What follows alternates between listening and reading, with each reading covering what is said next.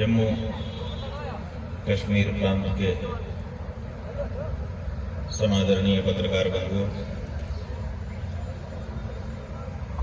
आपका हम स्वागत कर रहे हैं। जैसा कि आपको विदित हो चुका है कि इस समय हम गौ प्रतिष्ठा ध्वज लेकर भारत के सभी प्रांतों में उसकी स्थापना करते हुए आगे बढ़ गए हैं।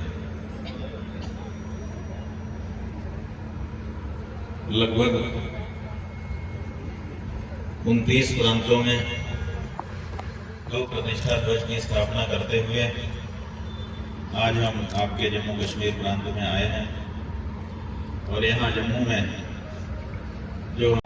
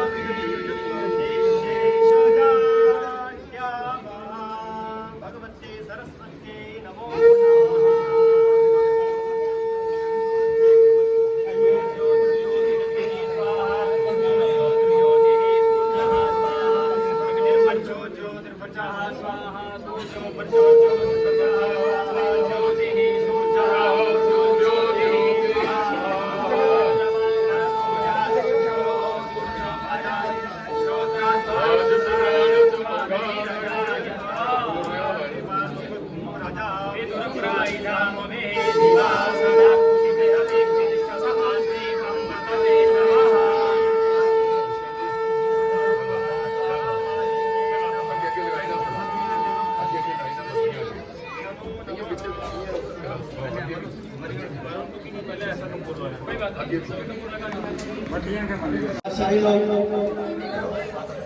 2 मेहमानों को विराम दें। बड़ी प्रसन्नता का विषय है जगतगुरु शंकराचार्य की प्रसन्नता की बात है। इस वाचनालय का आरंभ एक पितृभक्त बालक कर रहा है।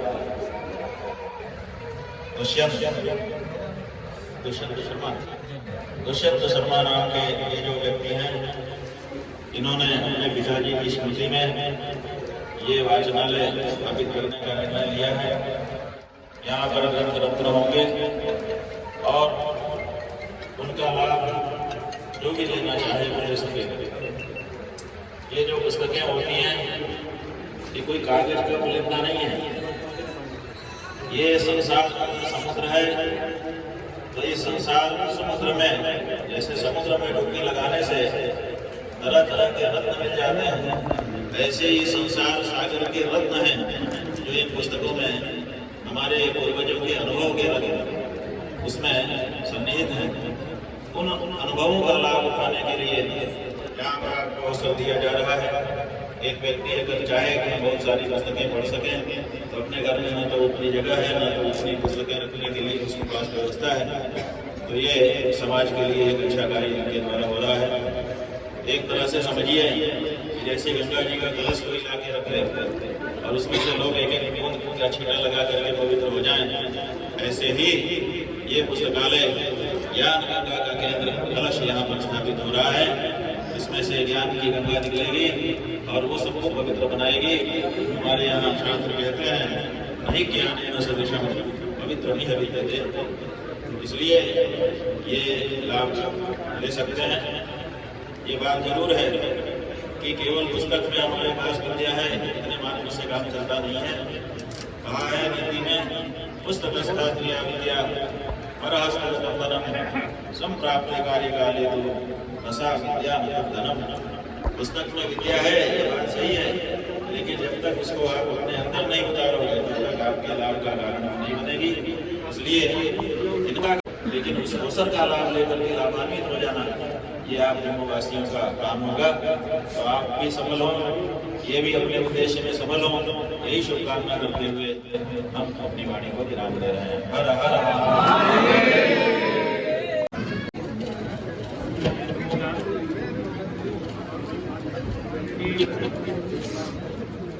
ठीक जीवन में यह तो मुझे लगता है कि शायद ब्रह्मा जी को नसीब नहीं होता होगा। साक्षात भगवान शंकर के दर्शन कर रहे हैं। आप लोग ऐसे भाव रखें कि आपके एक नहीं करोड़ों जन्मों के पुण्य जो है होते हुए कि आप साक्षात यहाँ भगवान शंकर के दर्शन आपको प्राप्त हुए हैं। ये सुअवसर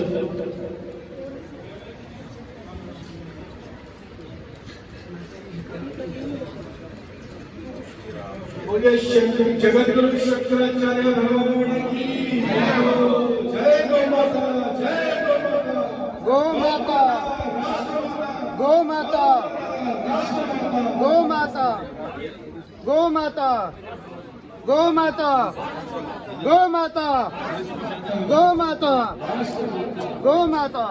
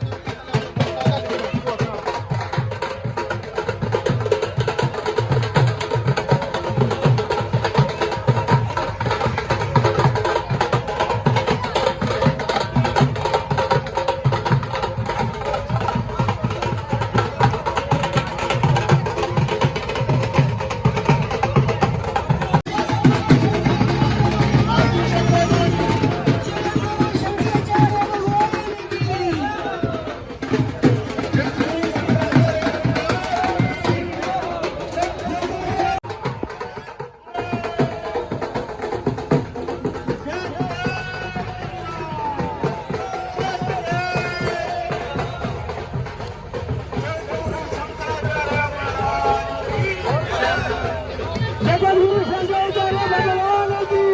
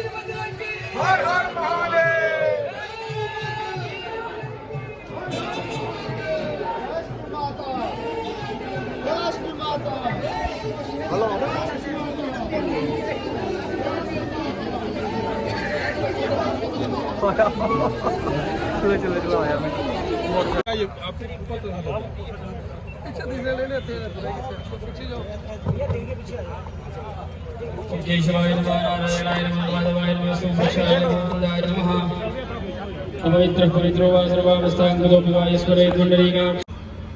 उस पवित्र प्रांगण में जम्मू कश्मीर प्रांत के लिए प्रेरणा देने वाली गौ प्रतिष्ठा ध्वज की स्थापना हमने अभी थोड़ी देर पहले ही की है। हम ये चाहते हैं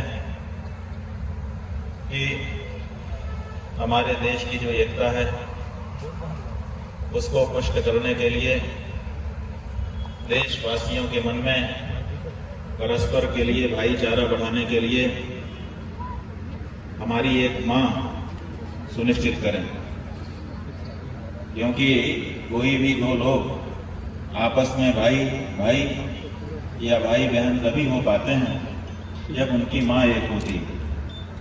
अगर मां एक न हो तो कोई परस्पर दो व्यक्ति भाई भाई या भाई बहन नहीं हो सकता। तो हम चाहते हैं कि देश में जो हमारा सौहार्द है उसको मजबूत करने के लिए, भाईचारा बढ़ाने के लिए हम अपनी एक मां सुनिश्चित कर दें। और हमारे देश के पूर्वजों ने पहले से ही गाय को मां के रूप में स्वीकार किया है, उसी रूप में उसको सम्मान दिया है। आज आज़ादी के बाद हमारी जो सरकारें हैं उन्होंने गाय को पशु के रूप में अपनी सूची में दर्ज किया है। तो हम चाहते हैं कि गाय को पशु सूची से हटा करके मां के रूप में प्रतिष्ठित किया जाए। जब गाय के बारे में मां का संबोधन औपचारिक रूप से मिल जाएगा तो लोगों के मन में गाय के लिए भी एक अलग तरह की भावना का उदय होगा और परस्पर के लिए भी भाईचारा गहरा होगा।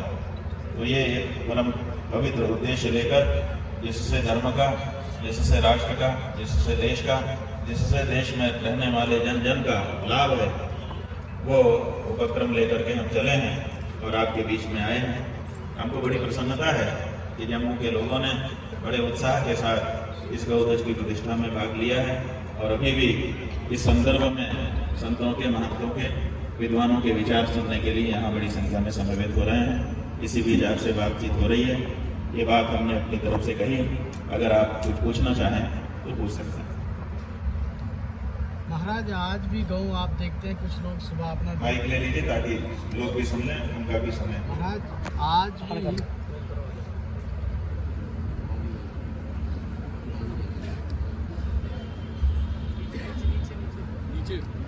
आप देख सकते हैं कि लोगों ने गौ रखी है, उस बात दोनों कार्तिक शाम को बाहर चलने के लिए छोड़ देते हैं, इसमें आप क्या कहेंगे?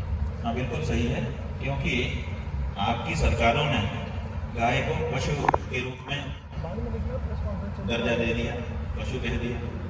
और कैसा पशु? दुधारू पशु। उनकी जो शब्दावली है वो ये है, ये दुधारू पशु है। तो लोगों ने ये समझ लिया कि दुधारू पशु का मतलब दूध वाला पशु। जब तक दूध है तब तक उसका प्रयोजन है, जब दूध नहीं है तो क्या प्रयोजन है। तो इसलिए जब तक दूध मिल रहा है तब तक तो उसको खिलाते पिलाते हैं, घर में रखते हैं, सेवा करते हैं। और जब दूध देना बंद कर दिया तो स्वाभाविक रूप है उससे दूर होने की इच्छा करने लग जाते हैं। यही समस्या है।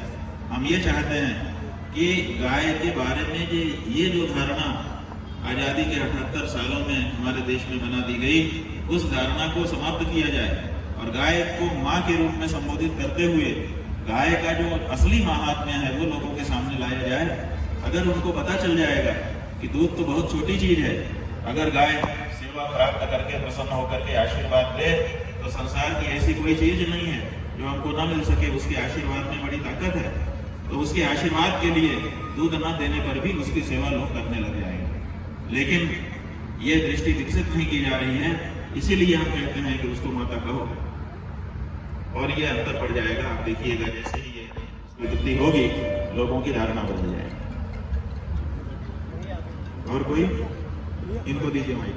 गुरु जी, मैं पंकज आपसे प्रेषण करने जा रहा हूँ कि यहाँ पे जो गो तस्कर जितने भी हैं उनमें जो एडमिनिस्ट्रेशन द्वारा उन पे पकड़ सही तरह नहीं की जाती, तो क्या इसमें गवर्नमेंट की इन्वॉल्वमेंट है जो एडमिनिस्ट्रेशन सही तरह काम नहीं कर पा रही, गो तस्करों को नहीं पकड़ पा रही, इस पे आप क्या कहेंगे? देखिए, जो हमारी सरकारें हैं उनके पास असीमित शक्तियाँ हैं। उनके पास आर्थिक कोई समस्या नहीं होती है, बजट होता है। उनके पास पुलिस है, उनके पास गुप्तचर विभाग है और उनके पास जनता में से भी बहुत से लोग हैं जो जरूरत पड़ने पर उनके लिए खड़े होकर के काम करने के लिए तैयार रहते हैं, स्वयं सेवक। तो ऐसी परिस्थिति में अगर गवर्नमेंट माने सरकारों की इच्छा शक्ति हो तो किसी भी दशा में ये घटनाएं नहीं हो सकती हैं। लेकिन फिर भी ये तरह की घटनाएं होती हैं तो निश्चित रूप से ये कहना होगा कि इसमें जो प्रशासन है और जो सरकारें हैं वो किसी न किसी स्तर पर सम्मिलित होती है। हाँ जी, माइक ले लो। आप पत्रकार हैं, पत्रकार ही पूछेंगे, बाकी को भी मौका होगा। आप स्लिप में लिख के दे दो, बताएंगे, आपको भी बताएंगे। महाराज, क्या लगता है कि सरकार इस दिशा में कोई कदम उठाएगी? जो मौजूदा सरकार है, जो जिस संकल्प को लेकर आप चले, देखिए किस समय कौन सी पार्टी की सरकार है हम इस तरह से नहीं देखते, क्योंकि आज हम इस तरह से देखें तो कल दूसरी सरकार हो जाती है। इसी सरकार के कुछ लोग आगे पीछे हो करके नई सरकार बना लेते हैं। कई बार ये भी होता है, बीच बीच में भी जनता नहीं चुनती है, फिर भी लोग आपस में मिलजुल करके पलट देते हैं मामला। तो कब कौन सी सरकार होगी कुछ पता नहीं रहता है। इसलिए हम ये नहीं सोचते हैं कि किस समय किस पार्टी की सरकार है, किस गठबंधन की सरकार है। हम ये सोचते हैं कि कोई न कोई सरकार तो है और जो सरकार है वो हमारे संविधान की शपथ लेकर के बैठी हुई है और जनता के लिए बैठी हुई है। तो जनता की जो मांग है अगर वो गहरी होगी, साफ होगी, स्पष्ट होगी, बिना पक्षपात की होगी, तो कोई भी सरकार कहीं पर भी हो, लोकतंत्र में उसको लोक भावना को आदर देना ही पड़ता है। तो जब जम्मू कश्मीर के लोग खड़े हो जाएंगे कि नहीं नहीं हमको तो ये चाहिए, तो कोई भी सरकार हो उसको करना पड़ेगा और रोक देगा। और हम ये आपको बताना चाहते हैं, जम्मू कश्मीर में आजादी के पहले से ही सन 1889 संवत, विक्रम संवत, अगर ईस्वी सन में कहें तो 1932 से रणवीर दंड संहिता लागू। रणवीर दंड संहिता के अनुसार गौ माता की हत्या जम्मू कश्मीर में नहीं हो सकती थी। ये यहाँ पर नियम था, इसलिए यहाँ की और कड़ाई से उसका पालन भी बहुत समय तक होता रहा था। इसलिए यहाँ की जनता के संस्कार में ये बात आ गई है कि हमको गाय नहीं मारना। अब 2019 ईस्वी में जब पुनर्गठन, जम्मू कश्मीर पुनर्गठन कानून लाया गया तो उसके अंतर्गत 370 धारा खत्म की गई, रणवीर दंड संहिता समाप्त हो गई और उसकी जगह पर जो नया कानून लाया गया उसके अंतर्गत अब यहाँ पर गौ हत्या की छूट हो गई। तो अभी ज़्यादा दिन नहीं हुए हैं ये छूट मिले हुए इस राज्य को। इसलिए अभी संस्कार इस प्रदेश के वही हैं। यहाँ का हिंदू हो, चाहे यहाँ का मुसलमान हो, चाहे यहाँ का सिख हो, सबके मन में गाय के बारे में एक भावना बनी हुई है। इसलिए अभी समय है कि फिर से एक बार गाय के संदर्भ में बात उठा करके हमको रणवीर दंड संहिता के अनुसार जो कानून कदीम परंपरा से चला आया है उसको पुनर्स्थापित गाय के संदर्भ में कर देना चाहिए। तो हम समझते हैं कि कठिनाई नहीं होगी, लोग खड़े हो जाएंगे। धन्यवाद। और किसी के मन में कोई सवाल हो? धन्यवाद। धन्यवाद। बोलिए समस्त साधु समाज की। मैं आप सभी को दिल की गहराइयों से जो है बहुत बहुत करके भाग लेते थे। लोगों के मन में ये बात थी कि भारत आजाद होगा तो भारत देश में गाय का खून नहीं गिरेगा, भारत देश की धरती गाय के दूध से सींची जाएगी, तृप्त होगी। हमारे गुरुजी महाराज, जिनका दर्शन आप में से पता नहीं कितने लोगों ने किया होगा, भारत के अपने समय के सबसे वरिष्ठ धर्माचार्य थे, ज्योतिषपीठ और द्वारका शारदा पीठ के जगत गुरु शंकराचार्य थे। वो स्वतंत्रता संग्राम और लाद करके चलने वाला जो बैल है, वो जब भूख लगती है तो इधर उधर देखता है तो उसका मालिक उसके सामने भूसा रख देता है, उसी को वो खा लेता है। उसको पता ही नहीं कि मीठी मीठी मिश्री मेरे पीठ पे लदी है, तो पीठ पे तो मिश्री लदी है और खाने के लिए भूसा। ऐसी हालत उनकी है। बैल को हम क्षमा कर दे रहे हैं, ना समझ को क्षमा किया जा सकता है, लेकिन बंधु आप लोग भी वैसे ही हो रहे हो तो मुश्किल हो जाती है क्षमा करना भी। आपके पास वो चीज है, आप पीरों में भटक रहे हो, आप मजारों में भटक रहे हो, आप जाने कहां जाके झरवा फुकवा रहे हो। कौन सा बदरुद्दीन बाबा, चाई बाबा, अमक बाबा में आप घूम रहे हो। वो पूरी करेंगे तुम्हारी इच्छा? तुम्हारी इच्छा पूरी करने के लिए पहले से गौ माता हम आपके पास है, लेकिन आप अंधे हो गए हो। हम क्या करें? 35 कोटि देवताओं को एक साथ लेकर के घूमने वाली गाय प्रत्यक्ष है आपके सामने, लेकिन आप भटक रहे हो। कोई क्या कर सकता है? पानी में मीन प्यासी मैं रहे आवत हासी। पानी में रह करके मछली प्यासी है, देख करके क्या करे? कोई हंसता है, कोई रोता है। हम क्या करें? हम हंसें कि रोएं? हमारा हिंदू समाज हिंदुत्व को भूल गया।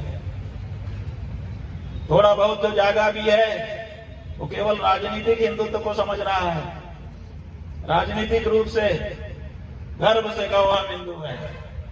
अरे हिंदू क्या होता है ये तो जानो कि इसकी क्या जरूरत है? बस कहना है गर्व से, चिल्लाओ, गर्व से कहो हम हिंदू हैं, हो गए हिंदू। कोई कह देने से हो जाता है? कोई कहे कि मैं अमुक हूं तो हो जाएगा? मैं प्राइम मिनिस्टर हूं, हो जाऊंगा? नहीं हो पाऊंगा।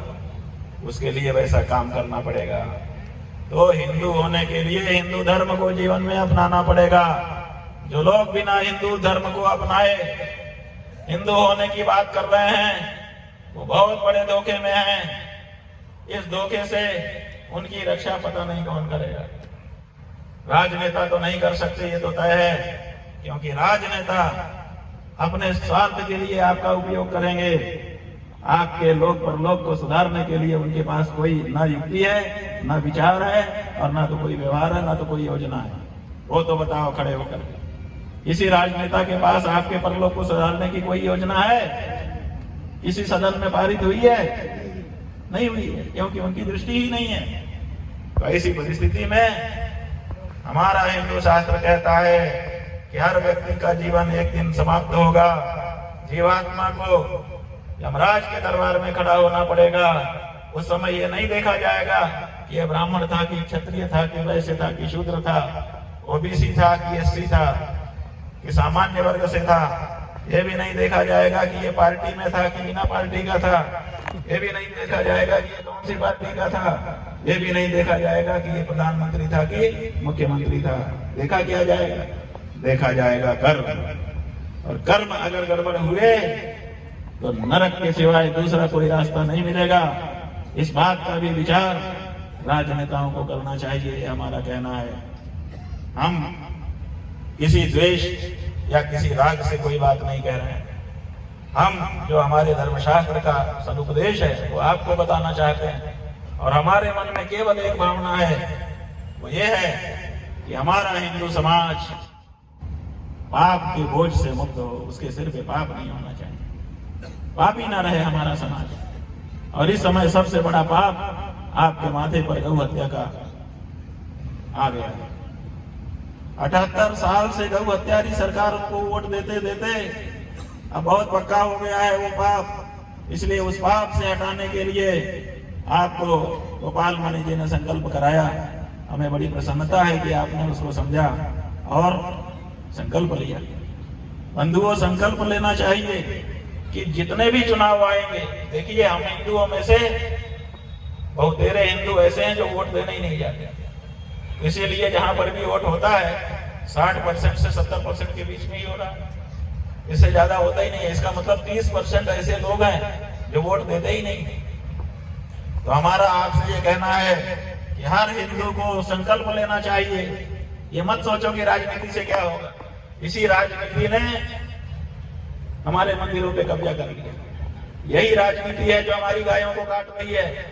यही राजनीति है जो धर्माचार्यों को परे ढकेले हुए है। यही राजनीति है जिसने रामायण, महाभारत, वेद, शास्त्र इनकी पढ़ाई को देश में बंद करवा दिया है। यही राजनीति है जो पैसा दे रही है अंतरजातीय और अंतर धार्मिक विवाह करने के लिए, हमारी परंपराओं को नष्ट करने के लिए। यही राजनीति है जिसने भ्रष्टाचार को जन्म दिया है। यही राजनीति है जो भोगवादी संस्कृति को प्रश्रय दे रही है। यही राजनीति तो हमको बर्बाद कर रही है। इसलिए ये मत सोचो कि कौन रिपो हुई हमें कहानी। ये मंत्रा विचार सही नहीं है। अपनी पसंद का ठोका बजाया नेता सत्ता में लेकर के आओ, जो सत्ता में। हमारा हिंदू तो ऐसा नहीं है कि किसी के विरोध में खड़ा हो तभी खड़ा रह सके, अन्यथा खड़ा ही ना हो पाए। हम तो सदा से रहे हैं, अपने बल पे खड़े होने वाले लोग हैं। इसलिए हम किसी की निंदा नहीं करते, सब अपने अपने ढंग से रहो। लेकिन जब कोई भी सत्ता, कोई भी शासन, कोई भी नेता हिंदू धर्म के विरुद्ध कोई कार्य करता है तो उसको सहने के लिए हम तैयार नहीं है, और हम अपने अनुयायियों को भी उसी रूप में तैयार करना चाहते हैं। तो पहला मुद्दा गाय। क्यों गाय है आप पूछेंगे? इसलिए गाय है क्योंकि हमारे घर में जब रोटी निकलती है, बनती है, तो वैसे तो हम लोग सबको सम्मान देते हैं। जब हमारे गुरु महाराज हमारे सामने आते हैं तो हम हाथ जोड़ के खड़े होते हैं। गुरु ब्रह्मा गुरु विष्णु गुरुदेवो महेश्वर, गुरु साक्षात परम ब्रह्म, आप ही सब कुछ हो। महाराज आप ही ब्रह्मा, आप ही विष्णु, आप ही महेश। कितना बढ़िया कहते हैं। गुरु जी को लगे कि हम ही सर्व है। भगवान के सामने हम जाके खड़े होते हैं, हाथ जोड़ लेते हैं। त्वमेव माता च पिता त्वमेव, त्वमेव बंधुश्च सखा त्वमेव, त्वमेव विद्या द्रविणम त्वमेव, त्वमेव सर्वम मम देव देव। ये भगवान आप ही मेरे सब कुछ। भगवान खुश हो जाते हैं कि अरे मेरे सिवाय तो इसका कोई यही नहीं है, मैं ही सब कुछ हूँ। हमारे बड़े बुजुर्ग हैं घर में, उनको हम प्यार स्नेह देते हैं, सम्मान करते हैं। हमारे बच्चे हैं छोटे छोटे, उनको हम स्नेह प्रेम देते हैं। लेकिन इतना सब होते हुए भी बंधुओं, हम सनातनियों की पहचान क्या है कि जब हमारे घर में रोटी बनती है तो हमारी पहली रोटी गुरु महाराज की होती है, हमारी पहली रोटी भगवान की होती है, हमारी पहली रोटी हमारे बड़े बुजुर्गों की होती है, हमारी पहली रोटी हमारे बच्चों को प्यारे नहीं होती, किसकी होती है? पहली रोटी गाय की होती है। इसका मतलब कि हम अपने आचरण से ये सिद्ध करते हैं प्रतिदिन कि हमारे लिए अगर प्रायोरिटी है, हमारे अगर वरीयता में कोई है तो हमारी गाय है। गाय से बढ़कर के हिंदुओं के लिए कुछ नहीं। दूसरा प्रमाण यह है बंधुओं कि चाहे दुनिया के कहीं पर भी जाकर के रह रहा हो इस समय, अगर कोई हिंदू है आपके सामने आके खड़ा हो जाए, आप उससे पूछेंगे क्या नाम है, तो अपना नाम बताएगा। फिर दूसरा प्रश्न आपका, अगर आप धार्मिक हैं तो दूसरा ही प्रश्न आपका होगा, क्या गोत्र है? होता है कि नहीं होता? और हर हिंदू का कोई ना कोई गोत्र होगा, आप लोगों का भी होगा। इसका किसका है? हाथ उठाओ। अरे भाई सब उठा रहे हो बस। इसका नहीं है वो हाथ उठाओ, इसका गोत्र ना हो वो हाथ उठाओ। देखो कोई नहीं उठा। ये हमारे हिंदुओं की पहचान है। हम जम्मू में रह रहे हैं कि कश्मीर में रह रहे हैं कि बनारस में रह रहे हैं कि अयोध्या में रह रहे हैं, इसका कोई मायने नहीं है। हम पूरे विश्व में जहां भी रहेंगे, लेकिन हमको मूल बातें पता हैं। और मूल बात यह है कि हम सब का कोई ना कोई गोत्र होता है। बिना गोत्र का हिंदू नहीं हो सकता। बिना गोत्र का हिंदू नहीं हो सकता। मतलब गो शब्द का मतलब क्या है? गम धातु से गो शब्द बनता है। गमेर दो, जो गौ की रक्षा करे वो गोत्र। तो हमारा कोई ना कोई गोत्र है, मतलब हम सब गौ रक्षक की संतानें हैं। हमारे यहाँ जिसका गोत्र नहीं होता है वो भी अगर मन से गौ सेवा करे तो उसको भी अपना लिया जाता है। ये उपनिषद में कथा आई है। सत्यकाम जाबाल नाम का एक उपनिषद है, जाबालोपनिषद जी है। सत्यकाम नाम का लड़का था जो जाबाला नाम की माता का पुत्र था। उसको जब थोड़ा बड़ा हुआ तो माँ ने कहा कि गुरुकुल में चले जाओ, तुम भी पढ़ लो बेटा। तो वो पढ़ने के लिए गया। गौतम ऋषि थे, उनके गुरुकुल में गया। गौतम ऋषि ने पूछा बेटा क्या नाम? बोला सत्यकाम। का अच्छा गोत्र क्या है? तो चुप हो गया क्योंकि उसको गोत्र पता नहीं। बोला गुरुजी मुझे गोत्र नहीं पता है। कहा तो जाओ घर में पूछ के आओ। तो घर में गया, माँ थी, माँ से पूछा माँ ऋषि कहते हैं पहले गोत्र बताओ, तो तू मेरा गोत्र बता। माँ बोली बेटा मुझे भी तेरा गोत्र नहीं पता। कहा अच्छा। तो फिर वापस गुरुकुल में गया। कहा गुरुजी मेरी माँ है, पिता नहीं है। और मेरी माँ से मैंने पूछा, मेरी माँ कहती है बेटा तेरे गोत्र का तो मुझे पता ही नहीं है, क्योंकि मैंने तेरे पिता से तेरा गोत्र पूछा ही नहीं। तो मैं तो बिना गोत्र वाला हूं। तो गुरुकुल में जो बच्चे थे उन्होंने प्रश्न भरी दृष्टि से आचार्य की ओर देखा कि जिसका गोत्र नहीं उसको कैसे प्रवेश देंगे? ये तो संभव नहीं है। लेकिन आचार्य गौतम ने कहा कि तुम्हारा प्रवेश होगा। आप लोग शंका मत करो, ये जरूर ब्राह्मण है, क्योंकि अपनी उत्पत्ति के संबंध में भी जो झूठ का प्रयोग ना करे, सच सच बोले, वो ब्राह्मण ही हो सकता है, ब्राह्मणेतर नहीं हो सकता। इतना नंगा सच बोलने की और किसी में हिम्मत नहीं है। ये ब्राह्मण ही बालक है, इसलिए इसको प्रवेश मिलेगा। तो गुरुजी ने तो प्रवेश ले लिया, क्योंकि गुरुजी अनुभवी थे। लेकिन गुरुकुल के जो बच्चे थे वो थोड़ा सा सरक गए कि हम इसके साथ बैठ के नहीं पढ़ेंगे, ये बिना गोत्र वाला, हम गोत्र वाले हैं। अपने आप के लिए विशेषता की दृष्टि सदा से रही है लोगों की। तो वो सरक गए, गुरुजी समझ गए। गुरुजी ने कहा बेटा ऐसा करो, हमारी गौशाला में चलो, हम तुमको घुमा के लाते हैं। ले गए गौशाला में। कहा इसमें से जो दुबली दुबली गायें हैं उनको छांटो, बीमार बीमार जो गायें हैं उनको छांटो। तो छांटी गई हजारों गायें, 300 गायें निकली जो दुर्बल हो चुकी थी या बीमार हो चुकी।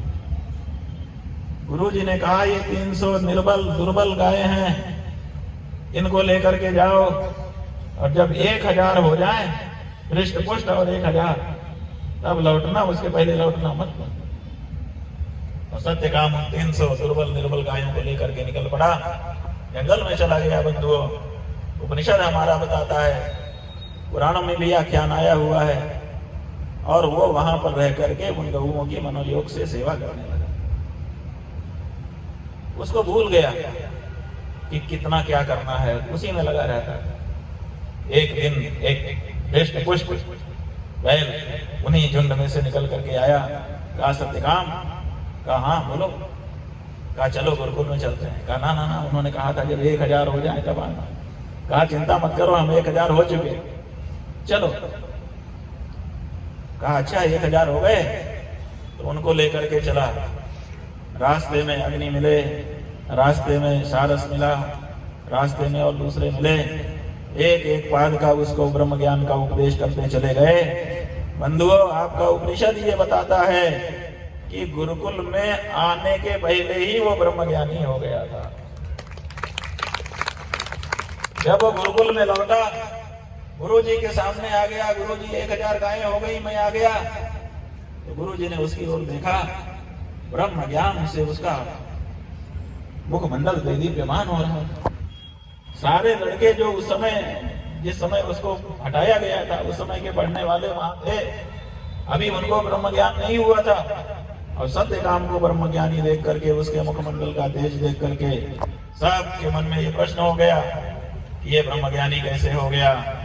तो फिर सब कथा सुनाई गई, लेकिन सत्यकाम ने कहा गुरुजी ये बात ठीक है कि गौ सेवा से मुझे ब्रह्म ज्ञान की प्राप्ति हो गई, लेकिन संसार में गुरु के मुख से जब तक वाक्य नहीं मिलता तब तक कोई ब्रह्म ज्ञानी नहीं माना जाता।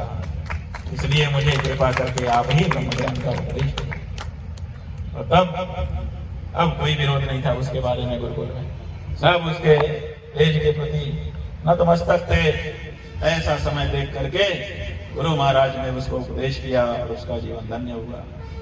कहने का मतलब हमारा ये है कि गाय ये केवल दूध नहीं,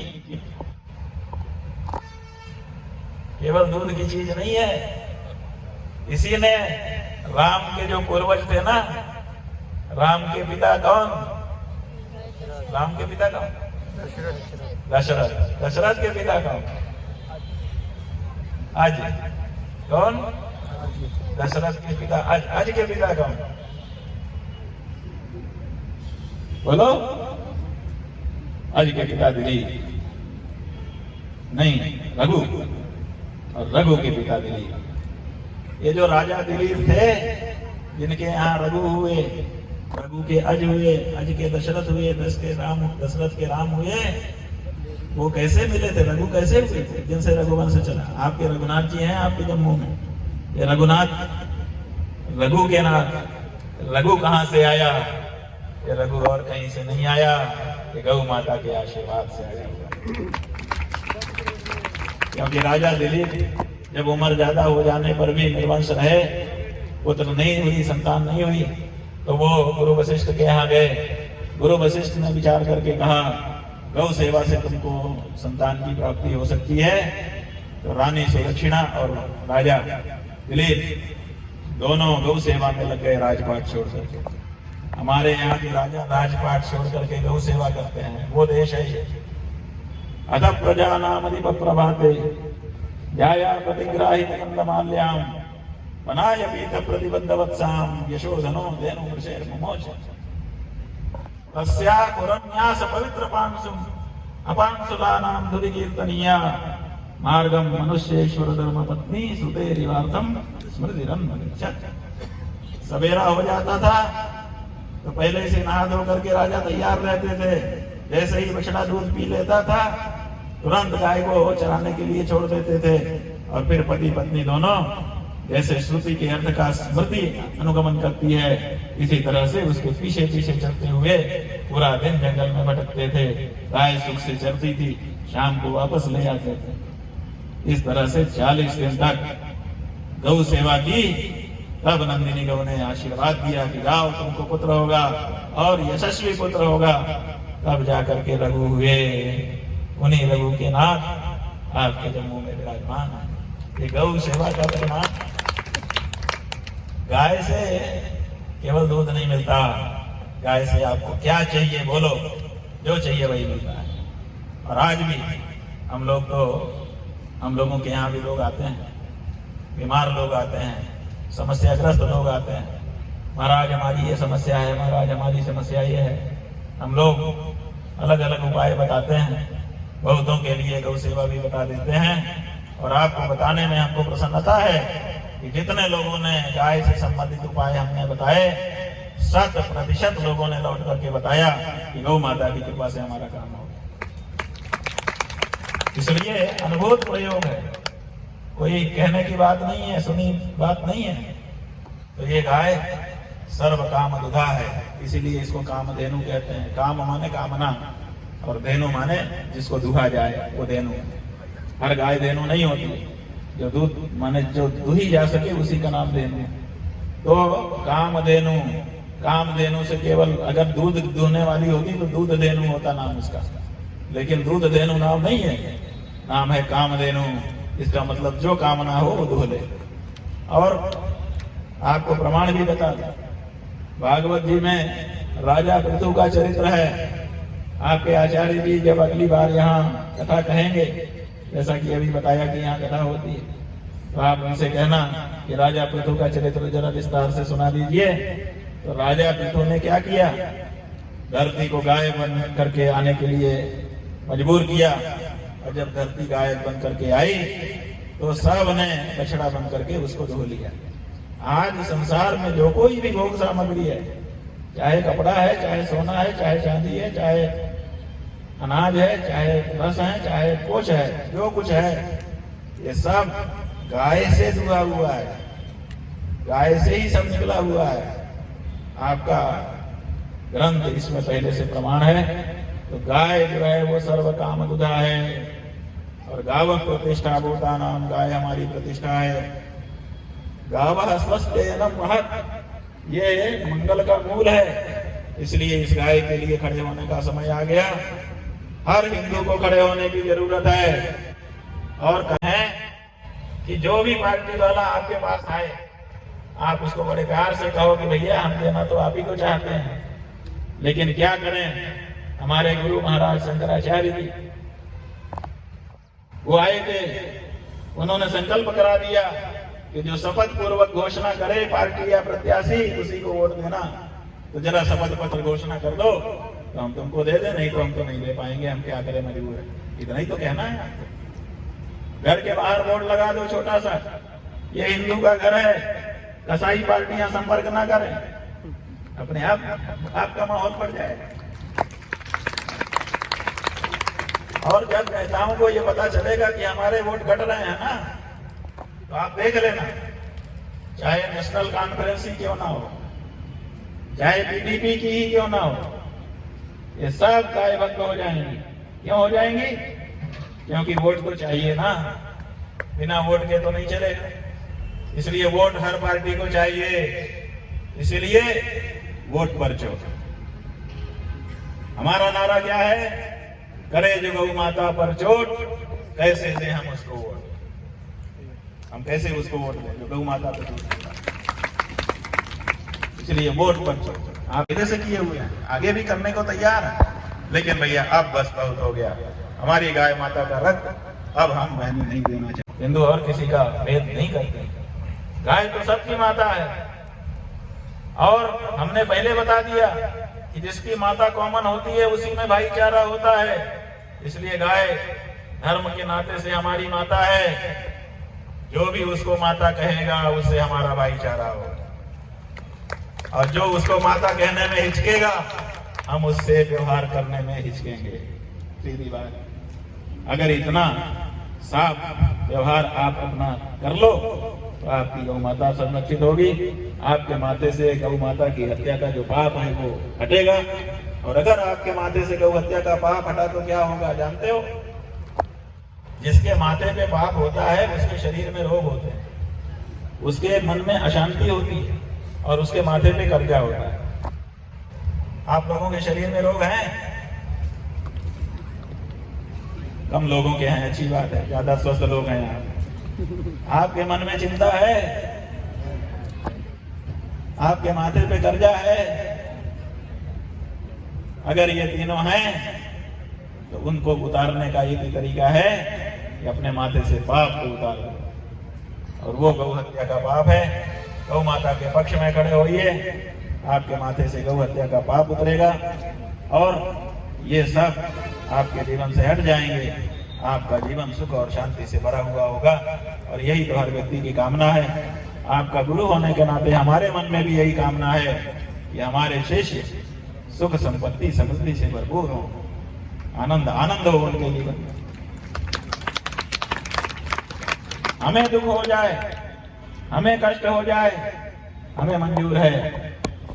जैसे आपकी माँ सोचती है मुझे कष्ट हो जाए चलेगा, मेरे बेटे बेटी को नहीं होना चाहिए, ऐसे आप भी हमारे बेटा बेटी हो। आपकी उम्र भले ज्यादा है, लेकिन हम इसी भाव से आपको देखते हैं कि आप भी हमारे बच्चे हो। हम अपने बच्चों को सुखी देखना चाहते हैं, दुखी देखने में हमको भी कष्ट होता है। एक हमारा बेटा हो, आप 100 करोड़ हो, 100 करोड़ का कष्ट हमसे सहा नहीं जाता है, कठिन हो जाता है। इसीलिए हम चाहते हैं कि आप थोड़ा सा खड़े हो तो ये काम बन जाए। आशा है कि आप लोग समझो। बंधुओं, अभी यहाँ पर ये विभाजन की विभीषिका का दृश्य हमको दिखाया गया, करुण है, और ये पीड़ा सदा से हमारे मन में रही है। 22 अक्टूबर की बात आप करते हैं, हम तो ये अंग्रेजी तारीख नहीं मानते बंधुओं, क्योंकि हमने अंग्रेजों को भगाया, हमारे गुरुओं ने अंग्रेजों को भगाया। हम अंग्रेज की तारीख नहीं मानते, इसलिए हम हिंदी तारीख मानते हैं। और हमने देखा कि जो आपका कश्मीर जम्मू है, इसमें भी आज भले आप अंग्रेजी तारीख मान रहे हो, लेकिन कुछ दिन पहले यहाँ भी विक्रम संवत ही चलता था। इसीलिए रणवीर संहिता जो है आपकी, रणवीर दंड संहिता, जिसके अंतर्गत गौ हत्या बंद थी यहाँ पर, हमने देखा उसमें लिखा हुआ है रणवीर संहिता 1889, 1889। हमने कहा ये 1889 में, वो 1989। हमने कहा ये तो रणवीर संहिता तो पहले बनी थी। तब हमारा ध्यान गया कि ये तो विक्रम संवत है। विक्रम संवत में 77 जोड़ने से ईस्वी सन आता है, तो हमने देखा वो विक्रम संवत में ही आपकी संहिता बनी है, रणवीर दंड संहिता। इसका मतलब ईस्वी सन 1932 में जब वो संहिता बनी थी, तब आपके जम्मू कश्मीर राज्य में विक्रम संवत से गणना होती थी, अंग्रेजी तारीख नहीं चलती थी। तो अंग्रेजी तारीख से तो हम मानते नहीं है, इसीलिए हम 22 अक्टूबर तो नहीं कहेंगे।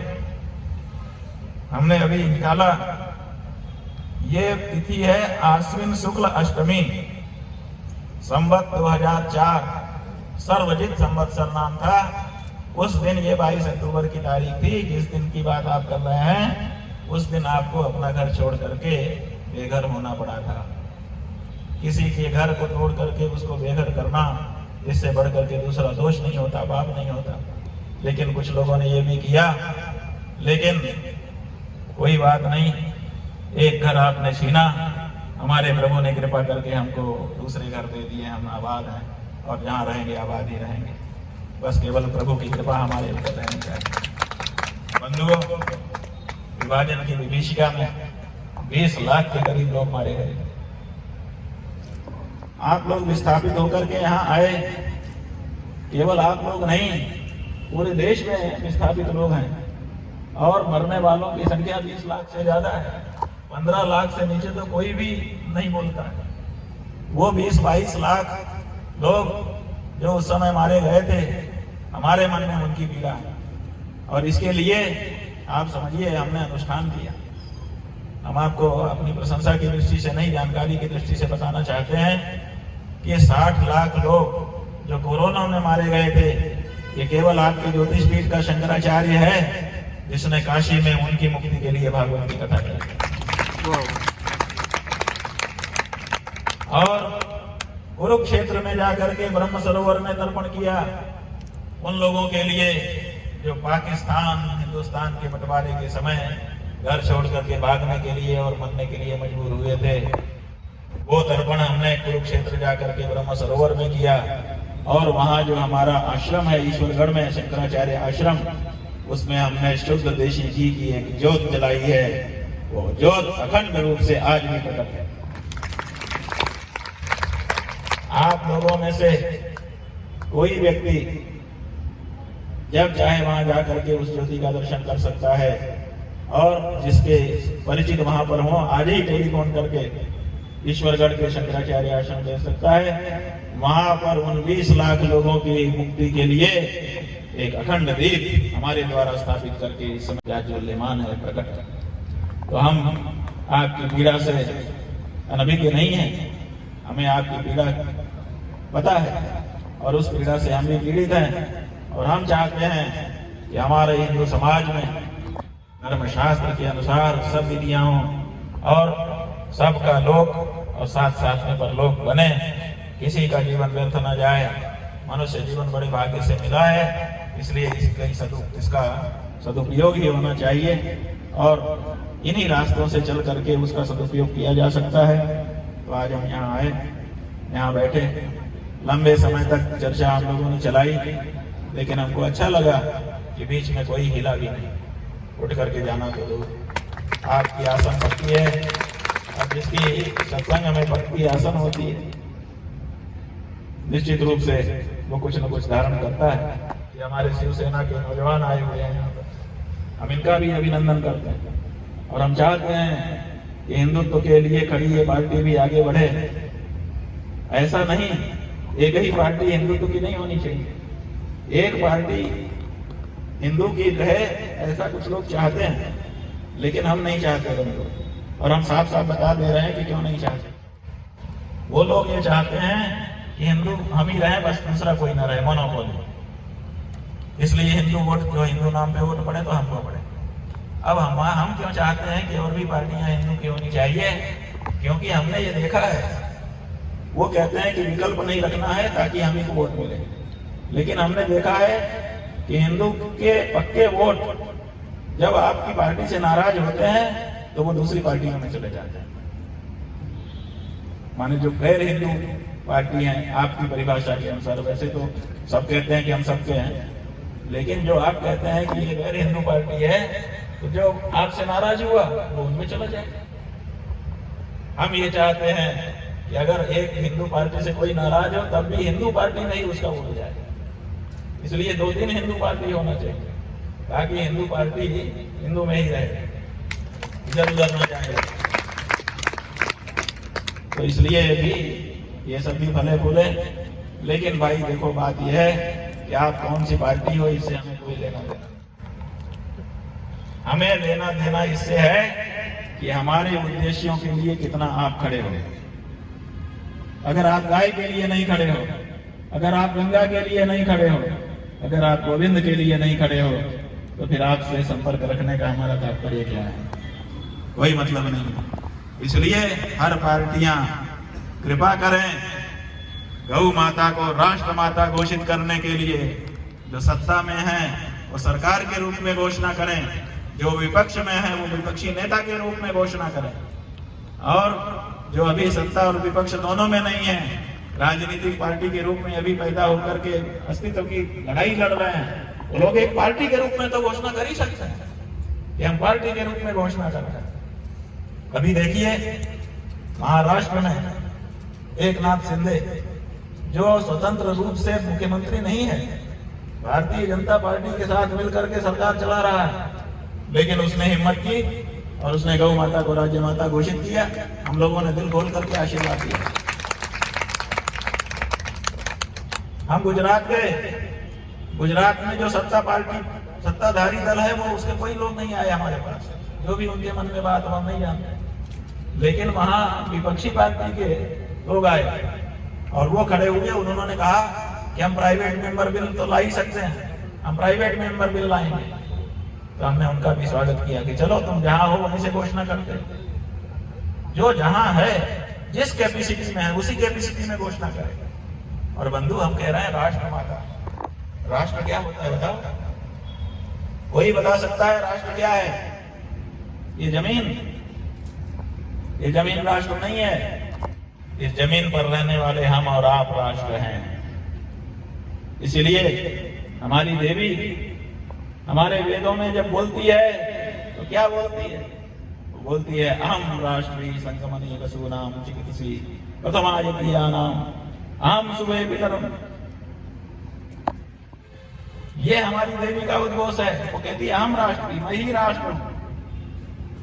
तो तो इसलिए राष्ट्र जो है वो भूमि का टुकड़ा नहीं होता, राष्ट्र राष्ट्र में रहने वाले लोग होते हैं। इसलिए अगर कोई राष्ट्र है तो हम हैं, अगर कोई राष्ट्र है तो आप हैं। इसलिए राष्ट्र माता कब होगी? जब एक एक राष्ट्र बोलेगा मेरी माता राष्ट्र माता। तो आप लोग राष्ट्र हैं, सरकार कब घोषणा करेगी पता नहीं, लेकिन हम तो घोषणा अपने कैपेसिटी में कर ही सकते। इसलिए हमने तो घोषणा कर दी। 1 वर्ष पहले जब गोपाल मणि जी हमारे पास आए थे कि आंदोलन चल रहा है, हमको आपका समर्थन चाहिए शंकराचार्य के रूप में, हमने कहा भैया पहले 3 शंकराचार्यों के पास जाओ, वो लोग अगर आपको आशीर्वाद देंगे तो हम भी देंगे। तो और तीनों शंकराचार्यों के पास गए, तीनों शंकराचार्यों का लिखित और रिकॉर्डेड आशीर्वाद लेकर के हमारे पास आए। तो हमने कहा जब तीनों का है तो हमारा भी है, तो हमने भी आशीर्वाद दिया और हमने उसी दिन घोषणा की। जब इन्होंने तीनों शंकराचार्यों को दिखाया तो हमने कहा चौथे शंकराचार्य के रूप में हम घोषणा करते हैं कि गाय राष्ट्र माता है। तो आपके शंकराचार्य ने घोषणा कर दी। और ये शंकराचार्य उत्तरामनाय ज्योतिष पीठ का शंकराचार्य, इस पीठ का क्या महात्म्य है जानते हो आप? आपका जो देश है भारत, उस देश के भारत देश का एक चिन्ह है, राज चिन्ह, इसमें 3 शेर दिखाई देते हैं, याद है ना आप लोगों को? है, देखो ये देखो, ये है अशोक स्तंभ, इसके ऊपर का यही आपका राज चिन्ह है। जब इसको इंटरनेट में निकाल के देखोगे राज चिन्ह भारत का, तो ये दिखेगा और इसी के नीचे एक लाइन लिखी दिखेगी। वो लाइन क्या है जानते हो? वो है सत्यमेव जयते। और ये सत्यमेव जयते, ये देखिए ये लिखा हुआ, ये है आपका चिन्ह। नीचे लाइन लिखी है सत्यमेव जयते और ऊपर 3 चिन्ह है, 3 शेर दिखाई दे रहे हैं और उसके नीचे एक चबूतरा दिखाई दे रहा है। ये जो सत्यमेव जयते है, ये कहाँ का वाक्य है? कहाँ से मिला भारत को? कोई बता सकता है? ये मुंडकोपनिषद से मिला। आपका एक उपनिषद है जिसका नाम है मुंडकोपनिषद, उस मुंडकोपनिषद से लिया गया वाक्य है सत्यमेव जयते अनंतम। और वो मुंडकोपनिषद कहाँ से निकला है पता है? वो अथर्ववेद से निकला है। और अथर्ववेद कहाँ का, किस पीठ का वेद है जानते हो? वो आपके उत्तरामनाय ज्योतिष पीठ का वेद है। इसलिए आपके उत्तरामनाय ज्योतिष पीठ के वेद का जो वाक्य है, उस वाक्य को भारत के राज्य चिन्ह में स्थान दिए जाने का मतलब है कि उत्तरामनाय के शंकराचार्य का उद्घोष इस देश में चलता है और किसी का नहीं चलेगा। उसे उत्तरामनाय ज्योतिष पीठ का शंकराचार्य ये बात आपको बता रहा है। देखिए राज चिन्ह की दृष्टि से, हमने तो अभी धर्मशास्त्र बताया, राज चिन्ह की दृष्टि से भी देखें तो ये राज चिन्ह जो है इस पे 4 शेर हैं, 3 दिखते हैं छपने पर, एक पीछे छिप जाता है। ये 3 कहते हैं एक कार्यपालिका है, एक विधायिका है और एक न्यायपालिका है। इसी पे हमारा तंत्र टिका हुआ है, ठीक है। अब ये टिका है तो इसका आधार क्या है? इसका आधार ये चबूतरा है। इस चबूतरे में एक तो बीच में चक्र है जिसको अशोक चक्र कहा जाता है। इसको भारत के राष्ट्रीय ध्वज में बीच में स्थान दिया गया है। और इसके इस तरफ और इस तरफ 2 आकृतियां दिखाई दे रही हैं और ऐसे ही 2 पीछे छिप गई हैं। इसमें जब देखेंगे तो पता चलेगा 4। ये 4 क्या है जानते हैं? एक हाथी है, एक शेर है, एक घोड़ा है और एक बैल है। आपके देश में हाथी मारा जा सकता है, हाथी की हत्या हो सकती है, घोड़े की हत्या हो सकती है, सिंह की हत्या हो सकती है, तो केवल बैल की हत्या होगी। जब आपके राज्य चिन्ह में जिसको अंकित किया गया, इसका मतलब उसका कुछ सम्मान है। जिसको आप राज्य चिन्ह में अंकित करते हो उसी को आप काट काट करके बोटी बोटी करके बेचते हो। आप हमारे वेद को, हमारे शास्त्र को नहीं काट काट के बेच रहे हो, आप तो भारत के राज्य चिन्ह को काट काट करके बेच रहे हो। ये कहां तक उचित है बताओ? अब हम सवाल पूछते हैं, कहते हैं ये महात्मा ठीक नहीं है।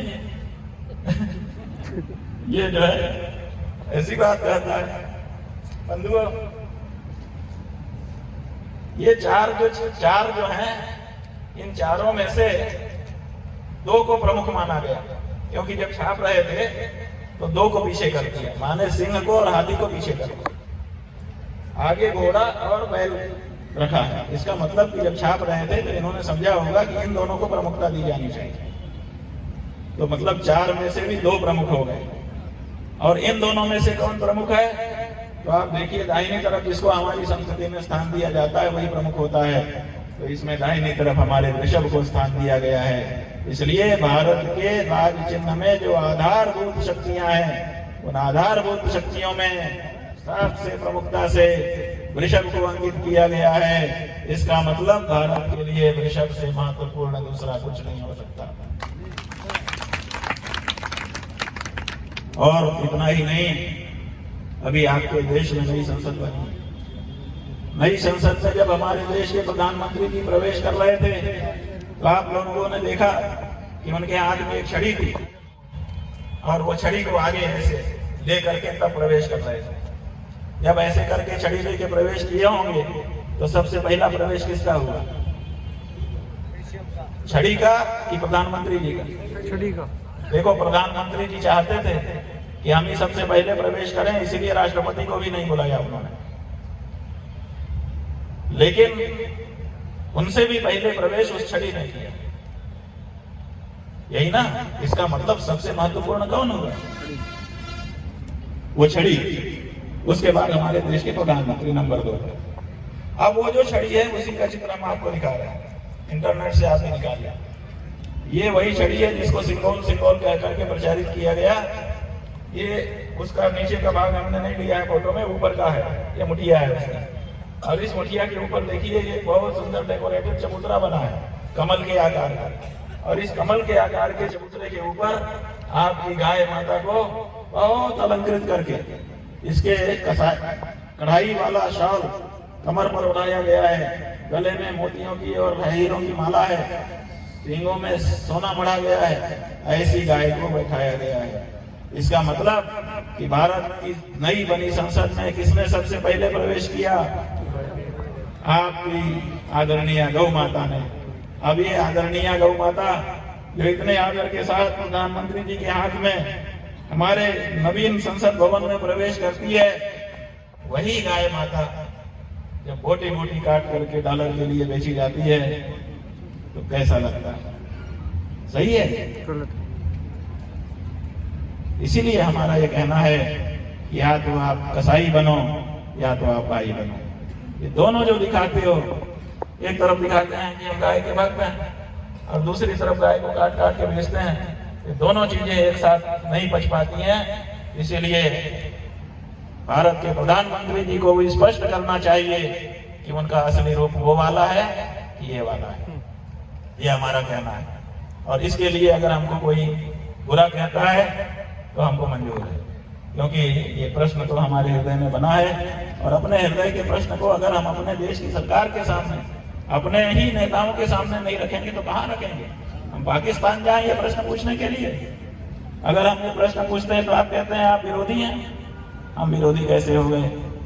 हम तो इसी देश के हैं और इसी देश में रह करके जीवन बिताना चाहते हैं। आप लोग तो घूमने फिरने के लिए, आजीविका कमाने के लिए भी विदेश चले जाते हो, और हमारे पास हर देश से सैकड़ों आमंत्रण पत्र होने के बाद भी हम नहीं जाते।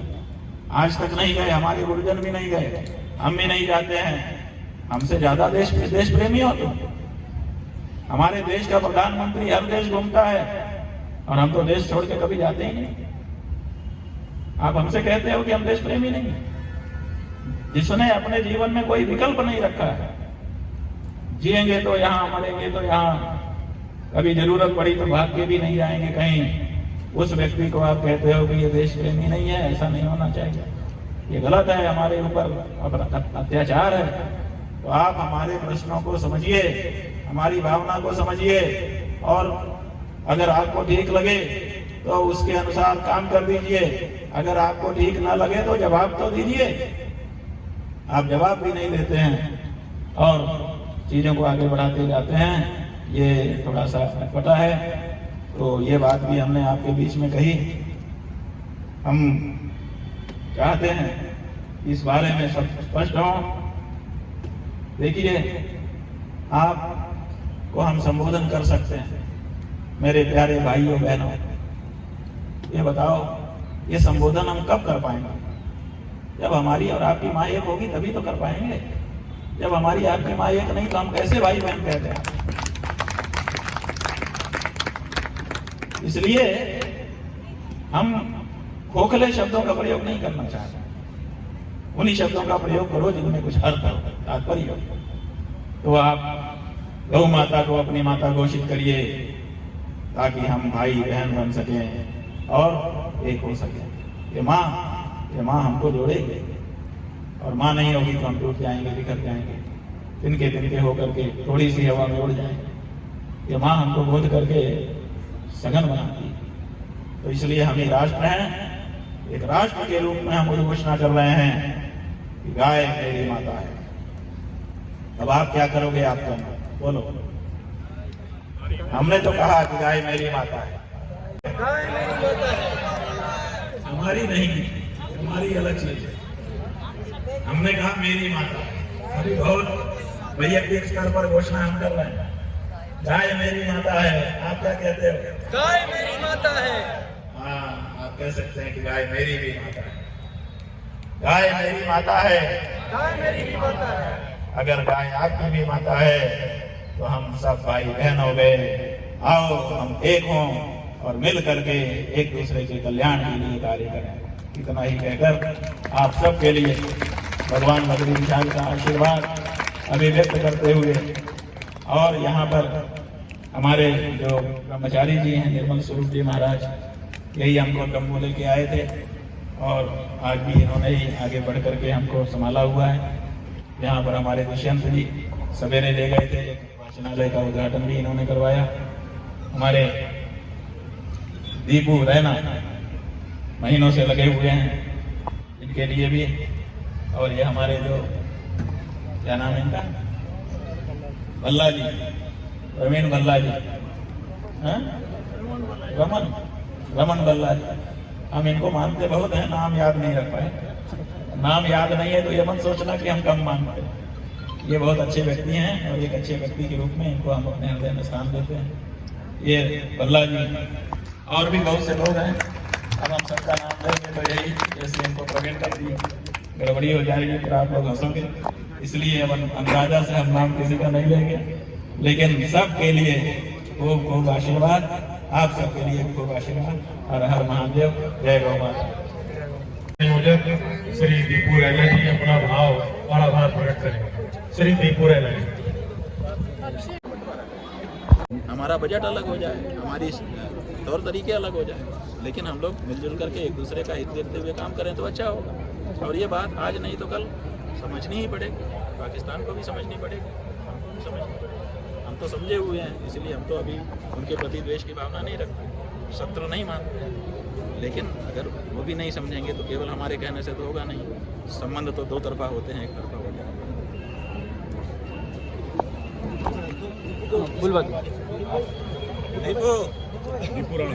बोलो समापन वही इसके हाथ में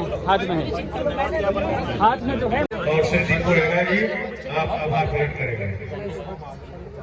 हमने जो बात कही दिमागों में अच्छे से अंकित कर ले, जरूरत पड़े तो उनको लिख ले, ताकि कोई नकली चरित्र शंकराचार्य ये जो खड़े किए 1947 के बाद लेकर 2024 तक इन हमारे ये जो राष्ट्रपति सरकार है और हमारे ये जो संगठन है, ताकि आप इन सबको जवाब दे सके। हमारे पूर्व भारत के जो हमारे जगन्नाथ भट्ट है, शंकराचार्य जगतगुरु स्वामी श्री नित्यानंद सरस्वती जी महाराज हैं, हमारे जगतगुरु शंकराचार्य भगवान। में भी इंस्टाग्राम में भी इस चैनल को सब्सक्राइब करके महाराज जी का संदेश पहुंचाना प्राप्त कर सकते हैं। संदेश भाग न लेते हितेशामधिको विशेषो धर्मे नहीं ना पशु समाना। यहाँ पर जितने लोग बैठे हैं इनमें कितने पशु हैं और कितने ये तुम्हारे मनोकामना की पूर्ति का कारण हो। तो यज्ञ हमको दिए उन्होंने हमारे साथ। जैसे घर से निकलने वाले बच्चे के जेब में आप पैसा डाल देते हो, वो मना करता है कि नहीं नहीं इसकी क्या जरूरत है, आप कहते हैं बेटा रख लो, जिस समय तुमको जो जरूरत होगी वो इससे मिल जाएगा।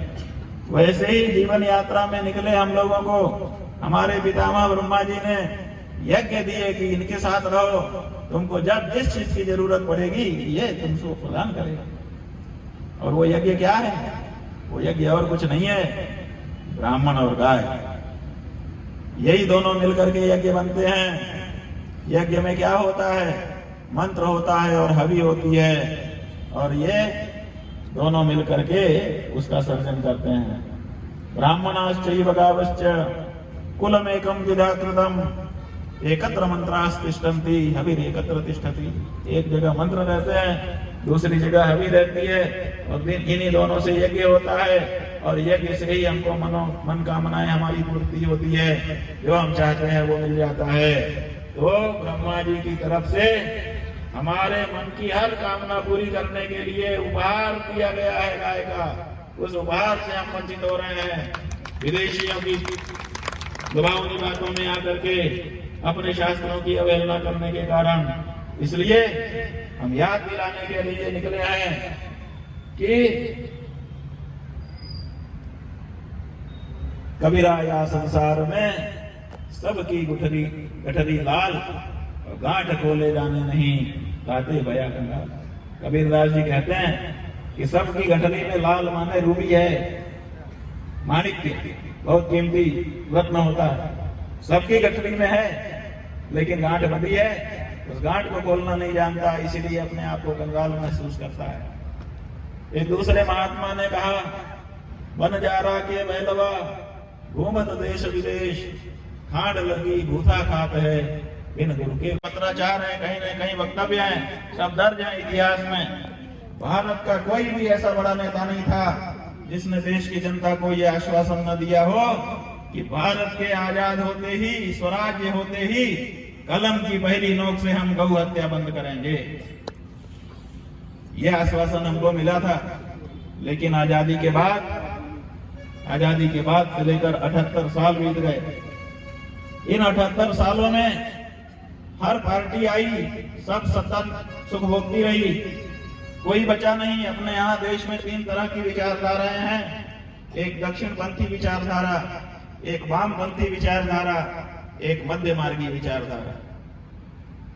मध्य मार्गी पहले आए, उन्होंने हमारे देश में राज किया।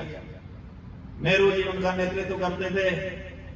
2 बैलों की जोड़ी उन्होंने अपना चुनाव चिन्ह रखा, जिससे देश की जनता ने समझा ये इनसे बढ़िया कौन होगा गाय का वक्त, इनका तो चुनाव चिन्ह ही 2 बैलों की जोड़ी है।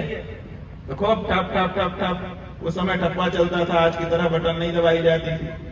वो वोट दिए और लंबे समय तक नेहरू जी प्रधानमंत्री बनकर के राज करते रहे, लेकिन हम हिंदू मतदाताओं की भावना को उन्होंने नहीं समझा कि राजनीति में जाना है।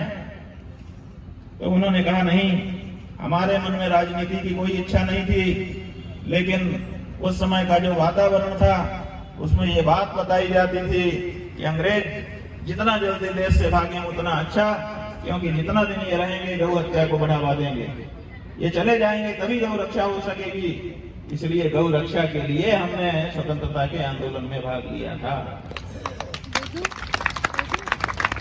और फिर उनके मुंह से एक वाक्य निकला जो आज भी हमारे हृदय में हमको कसक पैदा कर रहा है।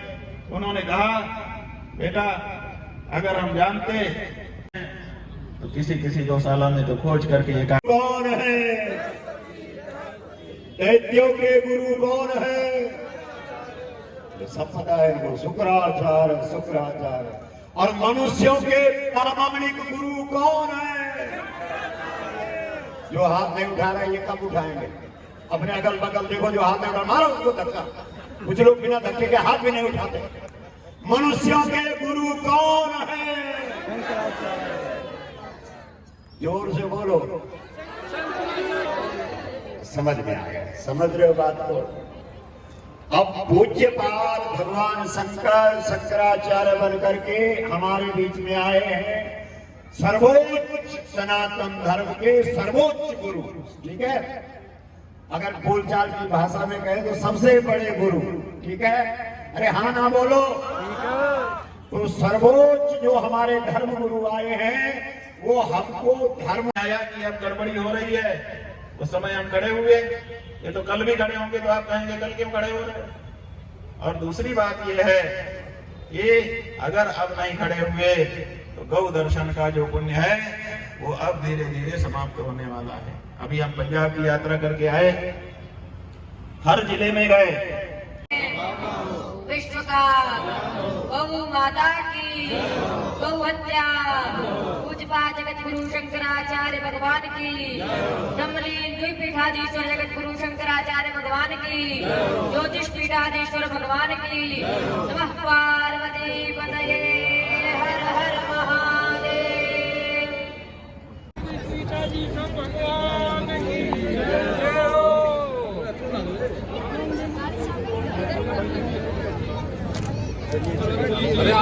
चलिए